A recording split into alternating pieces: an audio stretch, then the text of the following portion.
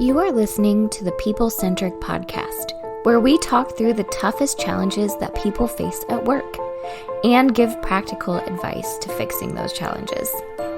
Thanks for joining our movement to create workplaces that are happier, healthier, aligned, and empowered by putting people at the center of all that we do.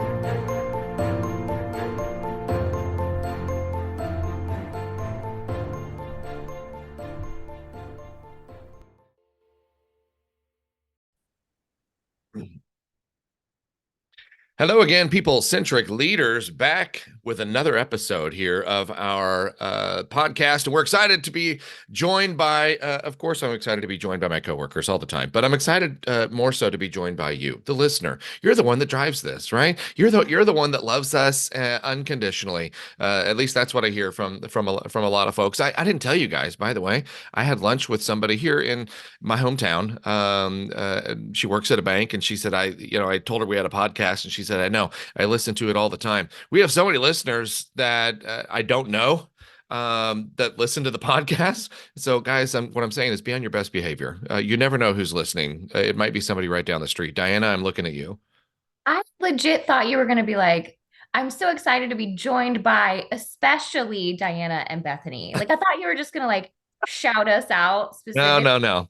I see you guys all the time.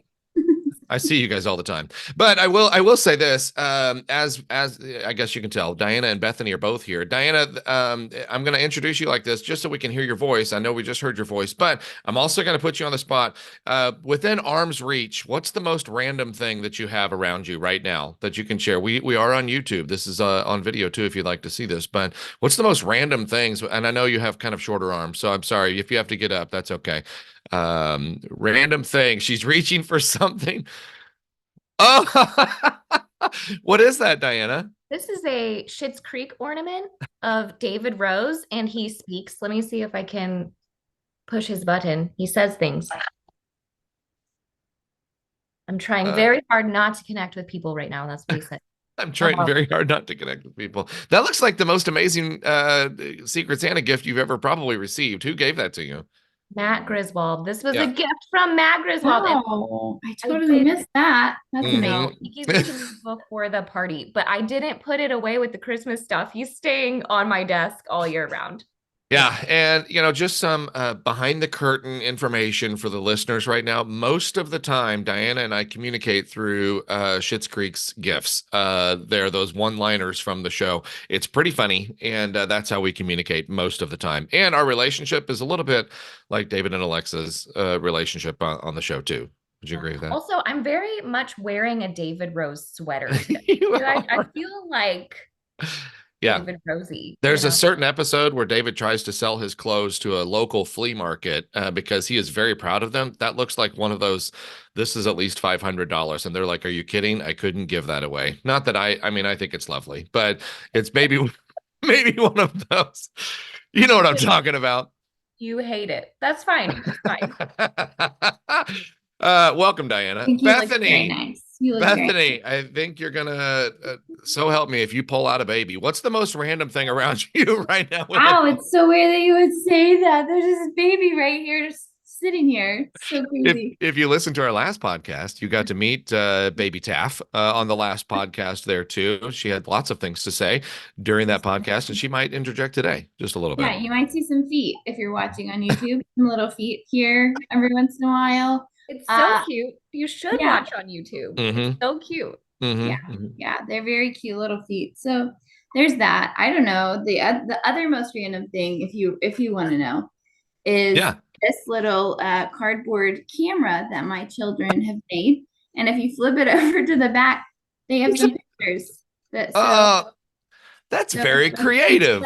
I know. They're so creative. So creative, so clever. Yeah, that was good. That was good. It's interesting, and I hope you as listening, if you are in your office or wherever, look around. Sometimes we accumulate stuff around us, and we become numb to it because it's always there. But it's like, why is that on? Here's mine, and my team has seen this. You might think I'm going to pull out the mirrored ball trophy from Dancing with the Stars, but it's not going to be that. We've seen that a lot. Now my team has also seen. My team has also seen this. This is a He-Man bottle of bubble bath from my childhood. His head pops off like that, and you unscrew it here, and you still smell the bubble bath. The My bubble, mom I remember kept these bubble baths. everything, and I don't know why it's on my desk. But it's that's a He-Man straight from early 80s, probably. Bubble bath, and it's empty. It's not in there anymore, but it just sits here on my desk. Also. The first time you showed us that, like you had just gotten it or something, and I was like, that unlocked a weird core memory. Like I was like, whoa, so many things come I rushing know, back. like all the character bubble Right, baths like that. They right. don't do that Had a anymore, Barbie right? That's one, not a like thing, right? And yeah. initially you would think, I'm 46 years old. I don't need a He-Man bubble bath thing on my chest. Throw that away immediately. No, it's gonna stay there. Whenever I want to feel like a champion, but I'm a little down, then I'll grab He-Man. Because, well, if you know, you know, right? Anyway, that's just a peek into our lives. I'm sad that Don and Stephanie and Philip missed it, because I know they have some randomness going on as well. But let's get into the topic here, and I'm going to share a story with you of what inspired this topic. Last week, I was on a phone call with a CEO from an orthopedic clinic, and the CEO of the orthopedic clinic was talking about, man, these are the things I think that People Centric can help us with. Of course, leadership development. And this is like the theme of 2024, by the way. It seems I've had 5 different conversations with 5 different organizations about leadership development. What can you do to help me develop my leaders? They're worried about succession planning, just like this CEO was. But one of the things he said was really interesting to me. And boy, it's something that maybe we don't verbalize, but we feel, especially if you are a manager of a group of people, or if you're an owner of a business, you want your people to stay, so much so that you're upset when they leave. And I don't know if that's always the right reaction. I know we don't want to be upset when they leave. In fact, this CEO said, man, internally, I'm dying on the inside because they're leaving and they were good. But externally, I've got to be happy for them because they're promoting and going on to new, better things. And actually, the CEO said it's going to be a better fit for them, and it's going to be a better situation for their family. And he recognized that, and he said, externally, I'm happy for them. Internally, I'm dying. I'm dying because I don't want to lose the good ones. And it brings up this odd kind of a catch-22 or a paradox, however you want to say it. It brings up this odd situation of where is that line? If I'm a business owner, if I'm a manager, if I'm in charge of a group of people, however you want to say that, how do I find that balance of being happy for my people whenever they want to go promote? And sometimes we work the opposite way. Sometimes I don't want to develop new skill sets or develop this new thing in them, because you know what they're going to do? They're going to leave, and I can't have them leave. And so we kind of pigeonhole them, maybe involuntarily or accidentally. We fall into that gap. And then from the other side, and these are the 2 topics that we're going to talk about. From the other side, the employee, you might be listening to this right now as an employee going, I feel like I work for these people where they don't give me opportunities to be able to learn different stuff. And I feel like I'm just doing the same thing. I'm going to be stuck in here forever. Or they're going, I don't have, even if I did work harder, there's nowhere else for me to go around this place, right? Even if I did work harder, even if I did learn a new skill, I'm just stuck doing this the whole time. And maybe you feel like that too. So how does that person find winning in that situation and things? So Diana. Is this another intervention, you guys? Because if you leave, you're dead to me. I'll never speak to you again. And Wow. also, there's 6 of us. There's nowhere to go but up. You can't go up or down. This is it. You said nowhere to go but up, so but I'm glad glad you corrected that. There Yeah. is no up or down. There's nowhere to go. I should just say there's nowhere to go. Yeah. No Yeah. promotions. Yeah, don't say you're dead to us just yet. The episode's not over. We're going to learn some things on this where maybe we won't be dead to you if we do choose to move upward and onward. Upward and onward, right? Bethany, has another mouth to feed. She's got to make some decisions here, right? So All right, let's start. Let's start from the leadership's perspective, and maybe we've seen this, and I don't care where you want to necessarily start. Just some thoughts that I had in my mind of what we see typically is we'll see some of these leaders where they do accidentally pigeonhole people. And what do we mean? I guess let's define some of these things, because we hear terms like golden handcuffs and pigeonhole, those types of things. What do we mean by that? Like if we said somebody was pigeonholing that person, what does that mean? I think you see it when it's like this person is very, very good at what they do. And so I'm just going to keep them in this role, right? Even though I think they want something else, even though I think they could do something else, I'm going to keep them here because they are very good at that. And I can't replace that thing. I can't replace what they do in this spot. And so I'm just going to like keep paying them really well to do this one very specific job and not let them grow or move or change or, whatever. I'm just going to let them continue doing what they're doing and hope that they're happy about that. And what we've noticed too is sometimes you think because they're good at it, they like it. And maybe they liked it initially, but now that's the only thing they do because that's the only thing you're letting them do. And now even though maybe I maybe I am good at it, but I don't like it. I don't like it. And I'm getting tired of that thing, but we haven't given them more opportunities to be able to see maybe what else they could do, or we haven't taken time to train anybody else to do that one thing so they can do something else. And we'll talk about that too. And you said pay them really, really well. And this kind of gives the idea of the golden handcuffs idea, right? What's the golden handcuffs? Well, yeah, that one's interesting too. Bethany, if you wanna talk to it. Well, I mean, the way that I interpret it is kind of like what you said, where it's like, okay, we have given somebody so many benefits, or we're paying them probably more than they actually should be paid for that job. So that they feel like even if they don't love the job or whatever, they're not going to move on because, well, the benefits and the pay is just so good. I couldn't make that anywhere else, or I couldn't get that anywhere else. So I have to stay here for as long as possible. Yeah. And then I think it also allows leaders to be like, well, I pay you really well.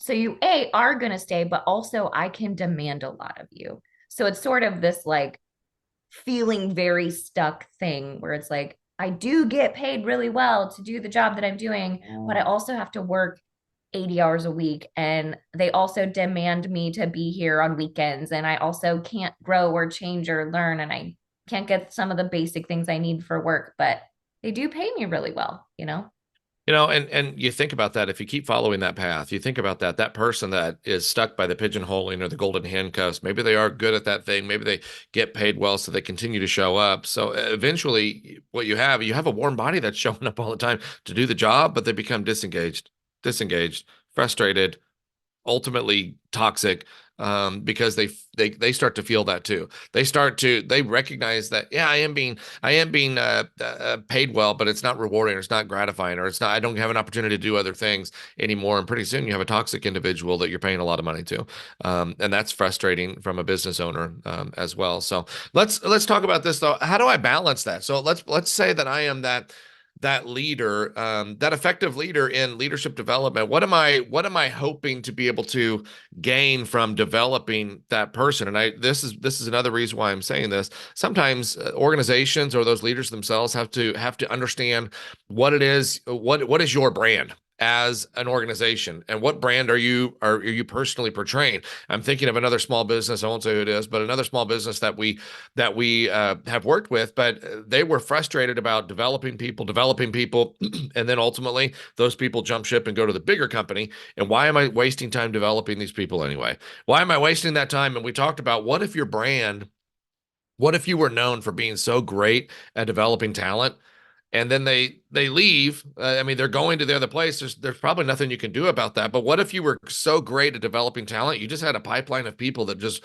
couldn't wait for that development opportunity? Like, what if we reestablish that as that brand? So maybe there's a conversation internally that you need of, what is it that we are trying to do? What is it that motivates us to want to develop? Because we've seen the negative side maybe of that, but what's the positive side of, I guess, continuing that development culture from inside?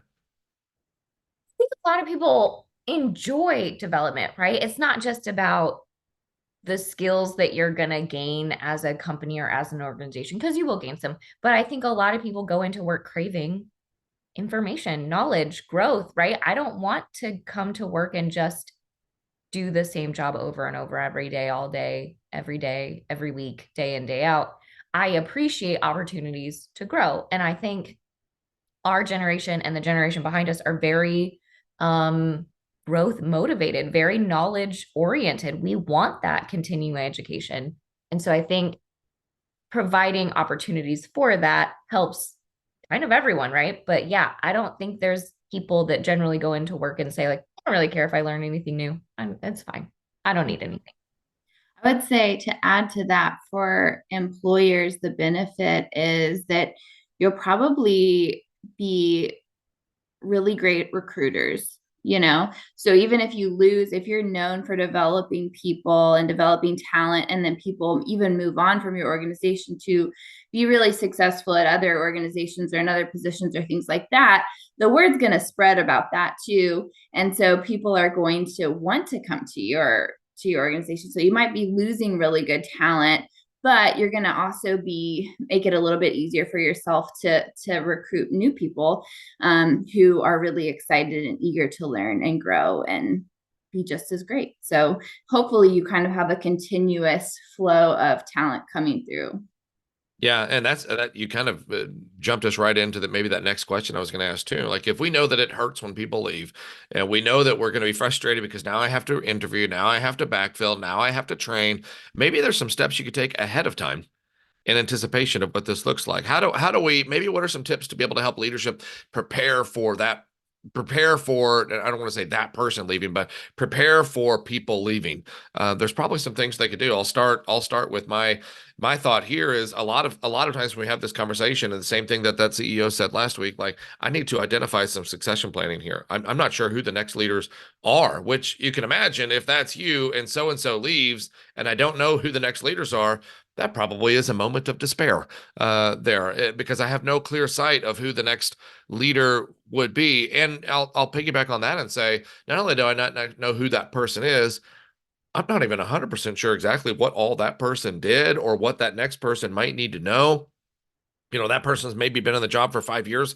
What does that position look like now? Like, what are some tips to be able to prepare leadership? People are going to leave. What are some things that we could maybe give them advice for on, so they're a little bit more comfortable if people do have to leave? Well, I love your succession planning. And I think that every organization should identify people that they want to move into those roles and let those people know that you want them to move into those roles so that those people themselves can start to prepare for that. I think oftentimes leaders are like, oh yeah, it's a no-brainer. It's going to be Sarah. She's definitely going to take over that role. And then Max leaves, and then Sarah is like, oh, I didn't know I was going to take over that role. I don't feel ready for that. I didn't ask Max anything. Max didn't write anything down. I don't know that I want to do that. And I think that if you had just talked to Sarah before Max left, then it makes it so much easier. And you can be like, okay, Sarah, here's what we're going to do to train you. Here's what we're going to do to develop you.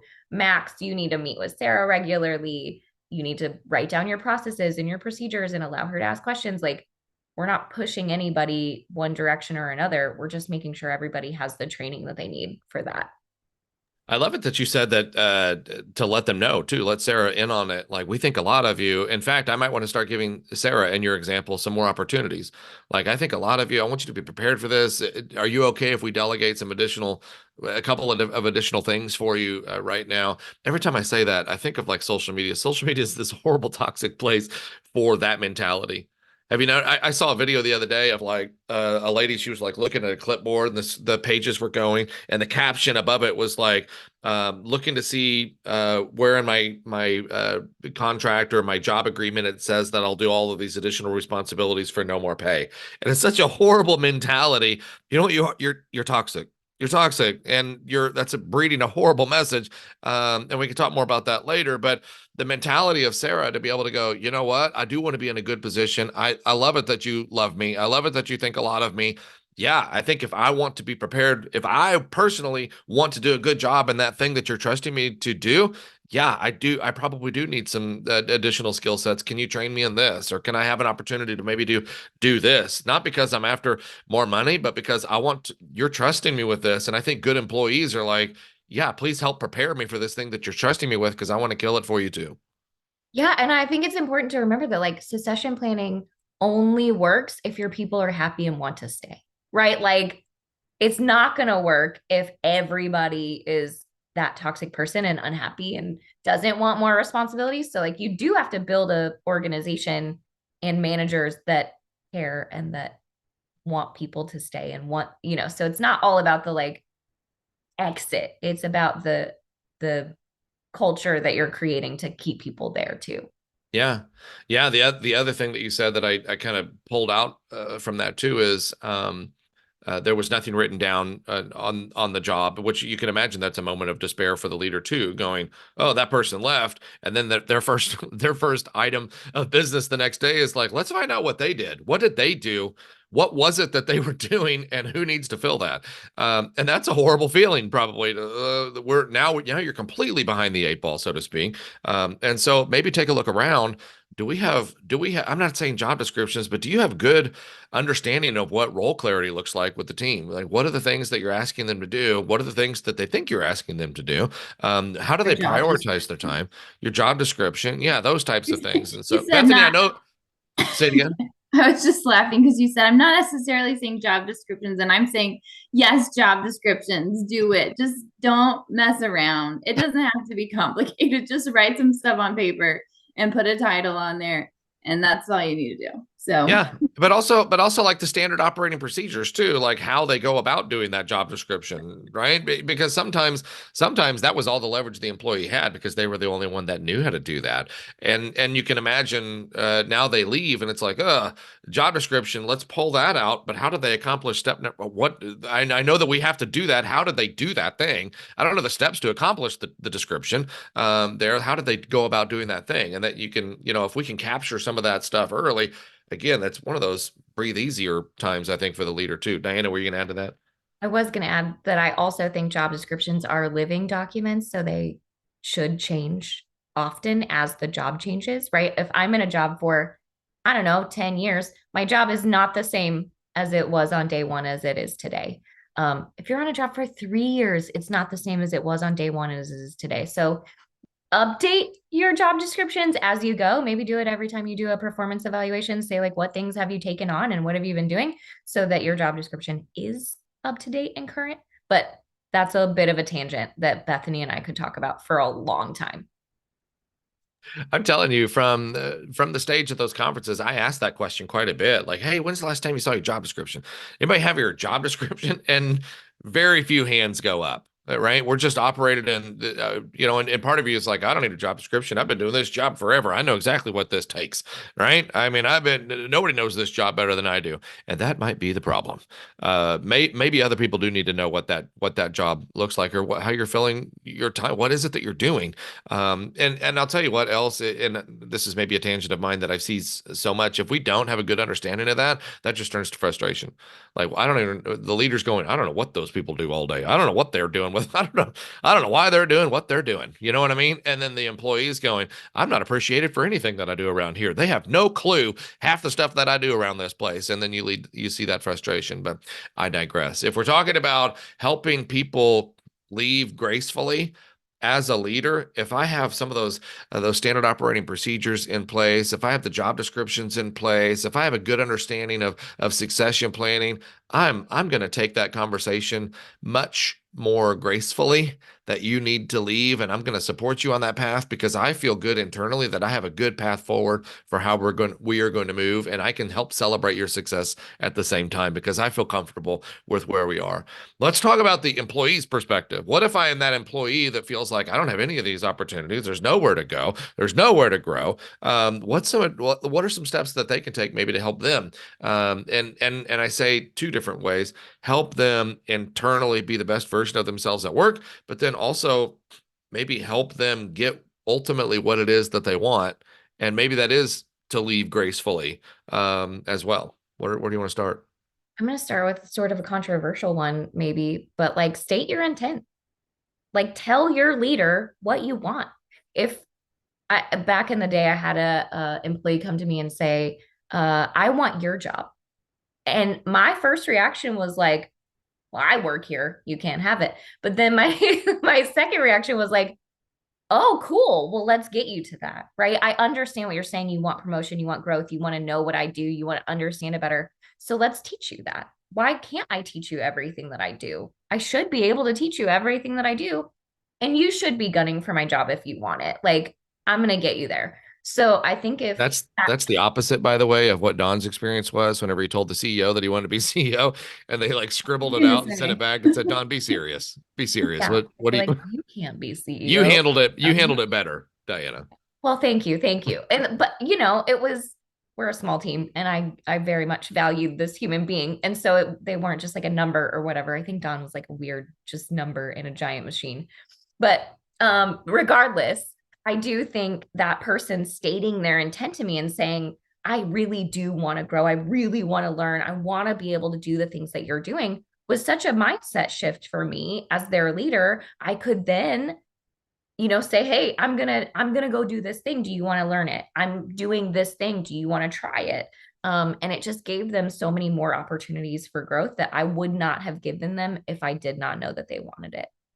And dang, if you're a manager, don't you want people like that? I do.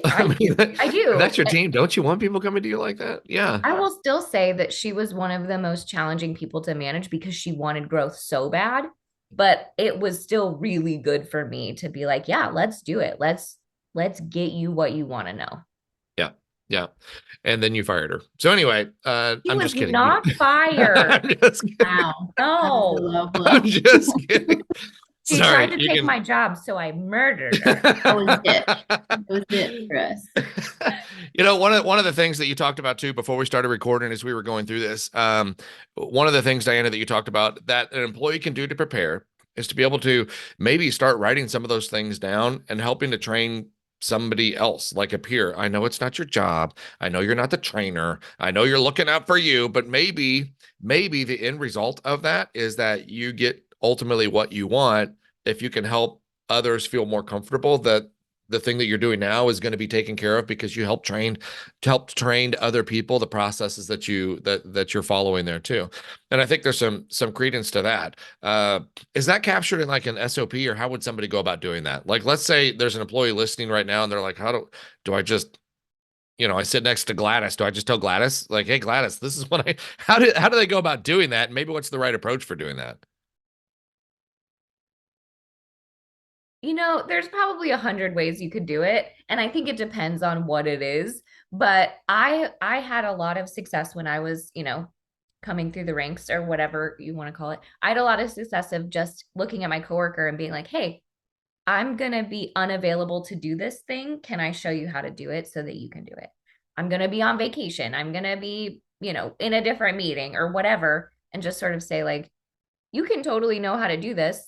There's no reason I should be the only one to know. And ultimately, we're supposed to be doing the same job and working for the same company and doing the same goals. So like, you should know how to do this too." And I do think a lot of times I was the only one who knew how to do it because I had like lasted the longest, right? I was the employee that had been there the longest time or whatever. I'd been doing the job for longer than everybody else. So I was the only one who knew how to do it. And once I started saying things like, can I show you how to do this? Can you do this for me while I am doing something else? It totally helped. And it made my job, even in the current role, way easier because I was like, oh, there's not so much pressure that if I go out of town or if I am too busy or if a project pops up that no one else knows how to do this, there is somebody else that can take it for me, which was great. Yeah. Yeah. I like that. And you're almost like, it's almost like a train the trainer, there too. And again, this goes back to your succession planning. They have to kind of want to learn that, too. And I would say you probably want to get the blessing of the manager that you're teaching the right person, the right person that like, no, don't tell them. There's no chance they're going to take that job when you leave. You know, you might want to just make sure that you're teaching the right person, some of those other skill sets there, as well. But, All right, so we've mentioned this a couple of times, and I know we're running short on time, but we've mentioned this a couple of times of leaving gracefully and letting somebody leave gracefully and well. What does that mean, and what does that entail? So if I am an employee, we were just talking about employees. If I'm an employee, what does it mean to leave gracefully? Like, what does that look like? What do we mean by that? Well, there's lots of scenarios. I'm thinking of like, where do we start with this? I think if you have an employee who is doing really well in their position and there's just nowhere, either there's nowhere else for them to go within the organization, or honestly, you just didn't have the conversation soon enough that you wanted them to be there longer and they went off and they found something else or somebody recruited them or whatever. Like, yeah, you kind of just have to take that and not be frustrated about it. And I think if you're an employer who has if you can genuinely say this employee is really good and they gave it their all while they were here and they did everything that we asked them to and maybe even more, and dang it, I wish I would have had the conversation with them, but now they're going off to this other organization. Give them the best recommendation you possibly can and wish them well and ask them how you can support them in their next role. And just be there. I think just be there for them and speak highly of them to their next employer. And maybe even ask them, hey, do you have anybody that you would recommend to fill your position too? Because I think if you had really good success with that employee, they're probably going to be able to give you a good recommendation for somebody else who might be really good at that job too. And so I don't know, that's the first thing that comes to mind with letting somebody leave gracefully. And I love that scenario. There's another scenario too, and I've seen this play out with us and others, but maybe it didn't work out. It wasn't the employee saying that I'm ready to move on. It was the employer going, it's time to move on. But you can still do that gracefully at the same time, right? And I've noticed this, and we give Don shout outs for being a great leader for us quite a bit.